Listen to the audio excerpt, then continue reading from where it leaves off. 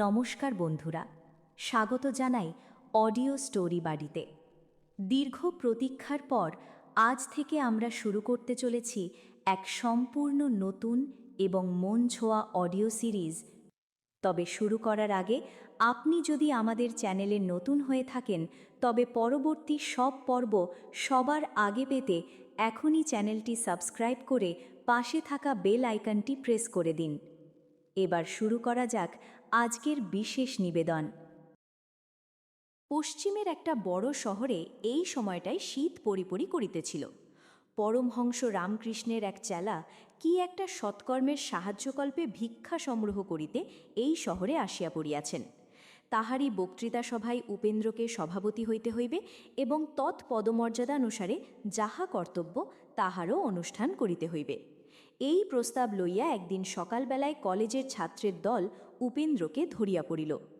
উপেন্দ্র জিজ্ঞাসা করিলেন, সৎকর্মকে কি শুনি? তাহারা কহিল, সেটা এখনও ঠিক জানা নাই।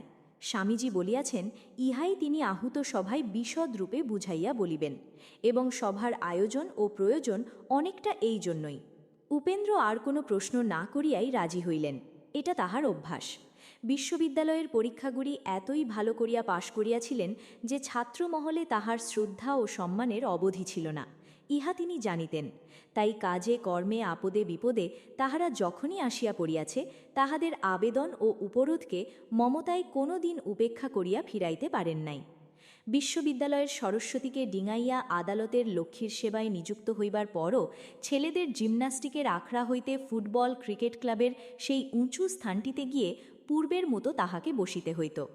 কিন্তু এই জায়গাটিতে শুধু চুপ করিয়া থাকা যায় না, কিছু বলা আবশ্যক। একজনের দিকে চাহিয়া বলিলেন, কিছু বলা চাই তো হে। সভাপতি সেজে সভার উদ্দেশ্য সম্বন্ধে একেবারে অজ্ঞ থাকা তো আমার কাছে ভালো ঠেকে না, কি বলো তোমরা? এ তো ঠিক কথা, কিন্তু তাহাদের কাহারও কিছুই জানা ছিল না। বাইরের প্রাঙ্গণের একধারে একটা প্রাচীন পুষ্পিত জবাবৃক্ষের তলায় এই ছেলের দলটি উপেন্দ্রকে মাঝখানে লইয়া সংসারের যাবতীয় সম্ভব অসম্ভব সৎকর্মাবলীর তালিকা করিতে ব্যস্ত হইয়া পড়িয়াছিল। তখন দিবাকরের ঘর হইতে একজন নিঃশব্দে সকলের দৃষ্টি এড়াইয়া বাহির হইয়া আসিল। উপেন্দ্র দিবাকরের মামাতো ভাই।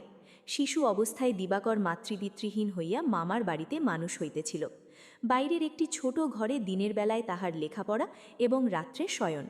বয়স প্রায় ১৯, এফএ পাশ করিয়া বিএ পড়িতেছিল। উপেন্দ্রের দৃষ্টি এই পলাতকের উপর পড়িবা মাত্র উচ্চৈস্বরে ডাকিয়া উঠিলেন, সতীশ, চুপি চুপি পালিয়ে যাচ্ছিস যে, এদিকে আয়, এদিকে আয়। ধরা পড়িয়া সতীশ অপ্রতিভভাবে কাছে আসিয়া দাঁড়াইল। উপেন্দ্র জিজ্ঞাসা করিলেন, এতদিন দেখিনি যে? অপ্রতিভ ভাবটা সারিয়া লইয়া সতীশ ফাঁসি মুখে বলিল, এতদিন এখানে ছিলাম না উপেন্দা, এলাহাবাদে কাকার কাছে গিয়াছিলাম। কথাটা ভালো করিয়া শেষ না হইতেই একজন ছাঁটা দাড়ি টেরি চশমাধারী যুবক চোখ টিপিয়া দাঁত বাহির করিয়া বলিয়া বসল, মনের দুঃখে নাকি সতীশ? এন্ট্রেন্স পরীক্ষায় এবারেও তাহাকে পাঠানো হয় নাই এ সংবাদ সকলেই জানিত, তাই কথাটা এমন বেয়াড়া বিশ্রী শোনাইল যে উপস্থিত সকলেই লজ্জায় মুখ নত করিয়া মনে মনে ছি ছি করিতে লাগিল। যুবকটির পরিহাস ও দাঁতের হাসি কোথাও আশ্রয় না পাইয়া তক্ষণি মিলাইয়া গেল বটে, কিন্তু সতীশ তাহার হাসি মুখ লইয়া বলিল, ভূপতিবাবু, মন থাকলেই মনে দুঃখ হয়। পাশ করার আশাই বলুন আর ইচ্ছেই বলুন, আমার ভালো করে জ্ঞান হবার পর থেকেই ছেড়েছি। শুধু বাবা ছাড়তে পারেননি, তাই মনের দুঃখে কাউকে দেশান্তরী হতে হলে তার হওয়া উচিত ছিল, অথচ তিনি দিব্যি অটল হয়ে তার উকালতি করে গেলেন। কিন্তু যা বলো উপিন্দা, এবারে তারও চোখ ফুটেছে। সকলেই হাসিয়া উঠিল। হাসির কথা ইহাতে ছিল না, কিন্তু এই ভূপতিবাবুর অভদ্র পরিহাস যে সতীশকে ক্ষুণ্ণ করিতে পারে নাই, ইহাতে সকলে অত্যন্ত তৃপ্তিবোধ করিল। উপেন্দ্র প্রশ্ন করিল, এবারে তাহলে তুই ছেড়ে দিলি? সতীশ বলিল, আমি কি কোনোদিন ধরেছিলাম যে আজ ছেড়ে দেব? আমি কোনোদিন ধরিনি উপিন্দা, লেখাপড়া আমাকে ধরেছিল। এবারে আমি আত্মরক্ষা করব, এমন দেশে গিয়ে বাস করব যেখানে পাঠশালাটি পর্যন্ত নেই। উপেন্দ্র বলিলেন, কিন্তু কিছু করা তো দরকার, মানুষে একেবারে চুপ করে থাকতেও পারে না, পারা উচিত নয়। সতীশ বলিল, না, চুপ করে থাকব না, এলাহাবাদ থেকে একটা নতুন মতলব পেয়ে এসেছি, একবার ভালো করে চেষ্টা করে দেখব সেটার কি করতে পারি। বিস্তারিত বিবরণের আশায় সকলে তাহার মুখপানে চাহিয়া দেখিয়া সে বলিল সলজ্জ হাস্যে, আমাদের গায়ে যেমন ম্যালেরিয়া তেমনি ওলা উঠা, 5-7টা গ্রামের মধ্যে সময় হয়তো একজনও ডাক্তার পাওয়া যায় না। আমি সেইখানে গিয়ে হোমিওপ্যাথিক চিকিৎসা শুরু করে দেব। আমার মা তার মৃত্যুর পূর্বে আমাকে 1000 টাকা দিয়ে গিয়েছিলেন। সেই টাকা আমার কাছেই আছে। ওই দিয়ে আমাদের দেশের বাড়ির বৈঠকঘর প্রাঙ্গণে ডিসপেন্সারি খুলে দেব। তুমি হেসো না অপিন্দা, তুমি নিশ্চয়ই দেখো এ আমি করব। বাবাকেও সম্মত করেছি। তাকে বলেছি মাসখানেক পরেই কলকাতা গিয়ে হোমিওপ্যাথি স্কুলে ভর্তি হয়ে যাব। উপেন্দ্র জিজ্ঞাসা করিলেন, মাসখানেক পরে কেন? সতীশ বলিল, একটু কাজ আছে। দক্ষিণ পাড়া নবনাট্য সমাজ ভেঙে একটা ফ্যাকড়া বার হয়ে গেছে। আমাদের বিপিনবাবু হয়েছেন ওই দলের কর্তা। টেলিগ্রাফের উপর টেলিগ্রাফ করে তিনিই আমাকে এনেছেন। আমি কথা দিয়েছি তাদের কনসার্ট পার্টি ঠিক করে দিয়ে তবে অন্য কাজে হাত দেব। শুনিয়া সকলে হো হো করিয়া হাসিয়া উঠিল। সতীশও হাসিতে লাগিল। কিছুক্ষণে উচ্চ হাসি মৃদু হইয়া আসিলে সতীশ বলিল, একটা বাঁশির অভাব হচ্ছে, সেই জন্যেই আজ দিবাকরের কাছে এসেছিলাম। যদি থিয়েটারের রাতটায় আমাকে উদ্ধার করে দেয় তাহলে আর বেশি ছুটোছুটি করে বেড়াতে হয় না। উপেন্দ্র জিজ্ঞাসা করিলেন, কি বলে ও? সতীশ বলিল, আর কি বলবে, পরীক্ষা সন্নিকট। এটা আমার মাথায় ঢোকে না উপিন্দা। 2 বছরের পড়াশোনার পরীক্ষা কেমন করে লোকের একটা রাতের অবহেলায় নষ্ট হয়ে যায়। আমি বলি যাদের সত্যিই যায় তাদের যাওয়াই উচিত। এমন পাশ করার মর্যাদা যাদের কাছে থাকুক থাক, আমার কাছে তো নেই। তুমি রাগ করতে পারবে না উপিন্দা, আমি তোমাকে যত জানি এনারা তার সিকিও জানেন না। জিমন্যাস্টিকের আখড়া থেকে ফুটবল ক্রিকেটে চিরদিন তোমার সাকরেডি করে সঙ্গে সঙ্গে ফিরে অনেক দিন অনেক রকমেই তোমার সময় নষ্ট হতে দেখলাম। অনেকগুলো পরীক্ষা দিতেও দেখলাম, সেগুলো রীতিমতো স্কলারশিপ নিয়ে পাশ করতেও দেখলাম, কিন্তু কোনো দিন তোমাকে তো এক্সামিনের দোহাই পাড়তে শুনলাম না। উপেন্দ্র কথাটা চাপা দিবার জন্য বলিলেন, আমি বাঁশি বাজাতে জানি না সতীশ। সতীশ বলিল, আমিও অনেক সময় ওই কথাই ভাবি। সংসারের এই জিনিসটা কেন যে তুমি জানলে না আমার ভারী আশ্চর্য বোধ হয়। কিন্তু সে কথা যাক, তোমাদের দুপুর রোদের এ কমিটিটি কিসের? শীতের রৌদ্র পিঠে করিয়া মাথায় রেয়ান পাড় জড়াইয়া ইহাদের এই বৈঠকটি দিব্যি জমিয়া উঠিয়াছিল। বেলা যে এত বাড়িয়া উঠিয়াছে তাহা কেউই নজর করে নাই। সতীশের কথায় বেলার দিকে চাহিয়া সকলেই এককালে চিন্তিত হইয়া উঠিয়া দাঁড়াইল। সভাভঙ্গের মুখে ভূপতি জিজ্ঞাসা করিল, উপেন্দ্রবাবু তাহলে? উপেন্দ্র বলিলেন, আমি তো বলেছি আমার আপত্তি নেই, তবে তোমাদের স্বামীজির উদ্দেশ্যটা যদি পূর্বাহ্নে একটু জানা যেত তো ভারী স্বস্তি পেতাম। নিতান্ত বোকার মতো কোথাও যেতে বাঁধ ঠেকে। ভূপতি কহিল, কিন্তু কোনো কথাই তিনি বলেন না, বরং এমনও বলেন যাহা জটিল ও দুর্বোধ্য তাহা বিশদভাবে পরিষ্কার করিয়া বুঝাইয়া বলার সময় ও সুবিধা না হওয়া পর্যন্ত একেবারে না বলাই ভালো। ইহাতে অধিকাংশ সময় সুফলের পরিবর্তে কুফলই ফলে। চলিতে চলিতে কথা হইতেছিল। এতক্ষণে সকলেই বাহির হইয়া রাস্তার এক ধারে আসিয়া দাঁড়াইল। সতীশ ধরিয়া বসিল, ব্যাপারটা কি উপিন্দা? উপেন্দ্রকে বাধা দিয়া ভূপতি কহিল, সতীশবাবু, আপনাকেও চাঁদার খাতায় সই করতে হবে। কেন এখন আমরা ঠিক করে বলতে পারবো না। পরশু অপরাহ্নে কলেজের হলে স্বামীজি নিজেই বুঝিয়ে বলবেন। সতীশ বলিল, তাহলে আমার বোঝা হলো না ভূপতিবাবু। পরশু আমাদের পুরো রিহার্সেল, আমায় অনুপস্থিত থাকলে চলবে না। ভূপতি আশ্চর্য হইয়া বলিল, সে কি সতীশবাবু, থিয়েটারের সামান্য ক্ষতির ভয়ে এরূপ মহৎ কাজে যোগ দেবেন না? লোকে শুনলে বলবে কি?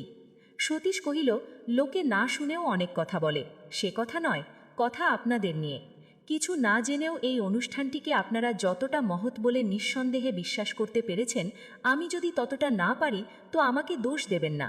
বরং যা জানি, যার ভালো মন্দ কিসে হয় না হয় বুঝি, সেটা উপেক্ষা করে তার ক্ষতি করে একটা অনিশ্চিত মহত্বের পিছনে ছুটে বেড়ানো আমার কাছে ভালো ঠেকে না। উপস্থিত ছাত্রমণ্ডলীর মধ্যে বয়সে ও লেখাপড়ায় ভূপতিই সবচেয়ে শ্রেষ্ঠ বলিয়া তিনি কথা বলিতেছিলেন। সতীশের কথায় হাসিয়া বলিলেন, সতীশবাবু, স্বামীজির মতো মহৎ ব্যক্তি যে ভালো কথাই বলবেন, তার উদ্দেশ্য যে ভালোই হবে, এ বিশ্বাস করা তো শক্ত নয়। সতীশ বলিল, ব্যক্তিবিশেষের কাছে শক্ত নয় মানি। এই দেখুন না, এন্ট্রেন্স পাশ করাও শক্ত কাজ নয়, অথচ পাশ করা দূরের কথা 3-4 বছরের মধ্যে আমি তার কাছে ঘেঁষতে পারলাম না। আচ্ছা, এই স্বামীজি লোকটিকে পূর্বে কখনো দেখেছেন কিংবা এর সম্বন্ধে কোনো দিন কিছু শুনেছেন? কেউই কিছু জানে না, তাহা সকলেই স্বীকার করিল। সতীশ বলিল, এই দেখুন, এক গেরুয়া বসন ছাড়া আর তার কোনো সার্টিফিকেট নেই, অথচ আপনারা মেতে উঠেছেন, আর আমি নিজে কাজ ক্ষতি করে তার বক্তৃতা শুনতে পারি না বলে সবাই রাগ করছেন। ভূপতি বলিল, মেতে উঠি কি সাধে সতীশবাবু, এই গেরুয়া কাপড় পরা লোকগুলি সংসারকে যে অনেক জিনিসই দিয়ে গেছেন। যাই হোক, আমি রাগ করিনি, দুঃখ করছি। জগতের সমস্ত বস্তুই সাফাই সাক্ষীর হাত ধরে হাজির হতে না পারলে, মিথ্যা বলে ত্যাগ করতে হলে অনেক ভালো জিনিস হইতেই আমাদের বঞ্চিত হয়ে থাকতে হয়। আপনিই বলুন দেখি, যখন সঙ্গীতের সারে গামা সাধতেন তখন কতটুকু রসের আস্বাদ পেয়েছিলেন, কতটুকু ভালো মন্দ তার বুঝেছিলেন? সতীশ কহিল, আমিও ঠিক সেই কথা বলছি। সঙ্গীতের একটা আদর্শ যদি আমার সম্মুখে না থাকত, মিষ্ট রসাস্বাদের আশা যদি না করতাম, তাহলে এত কষ্ট করে সারে গামা সাধতাম না। উকালতির মধ্যে টাকার গন্ধ আপনি যদি অত করে না পেতেন, তাহলে একবার ফেল করিয়াই ক্ষান্ত দিতেন। বারংবার এমন প্রাণপাত পরিশ্রম করে আইনের বইগুলো মুখস্থ করতেন না। উপেন্দ্র হয়তো একটা স্কুল মাস্টারি নিয়ে এতদিন সন্তুষ্ট হয়ে থাকতেন। উপেন্দ্র হাসিতে লাগিলেন, কিন্তু ভূপতির মুখ লাল হইয়া উঠিল। 1 গুণ খোঁচা যে 10 গুণ করিয়া সতীশ ফিরাইয়া দিয়াছে, তাহা উপস্থিত সকলেই বুঝিতে পারিল। রোষ চাপা রাখিয়া ভূপতি কহিলেন, আপনার সঙ্গে তর্ক করা বৃথা। একটা জিনিসের ভালো মন্দ যে কত রকমে প্রমাণ হতে পারে, তাই হয়তো আপনি জানেন না। কথায় কথায় সকলেই ক্রমশ রাস্তার এক ধারে উবু হইয়া বসিয়া পড়িয়াছিল। সতীশ দাঁড়াইয়া উঠিয়া হাত জোড় করিয়া বলিল, মাফ করুন ভূপতিবাবু, 6 রকম প্রমাণ ও 36 রকম প্রত্যক্ষের আলোচনা এত রোদে সহ্য হইবে না। তার চেয়ে বরং সন্ধ্যার পর বাবার বৈঠক ঘরে যাবেন, যেখানে দুপুর রাত্রি পর্যন্ত কালোয়াতি তর্ক হইতে পারবে। প্রফেসর নবীনবাবু, সদর আলা গোবিন্দবাবু, মায় এ বাড়ির ভট্টাচার্য মশাই পর্যন্ত। গল্পটি ভালো লেগে থাকলে একটি লাইক দিতে ভুলবেন না এবং আপনার বন্ধুদের সাথে শেয়ার করুন যারা অডিও স্টোরি শুনতে ভালোবাসেন। আর হ্যাঁ, পরবর্তী পর্ব অর্থাৎ দ্বিতীয় পর্ব সবার আগে শুনতে চাইলে আমাদের চ্যানেলটি সাবস্ক্রাইব করে বেল আইকনটি অল করে রাখুন। আজ তবে এই পর্যন্তই।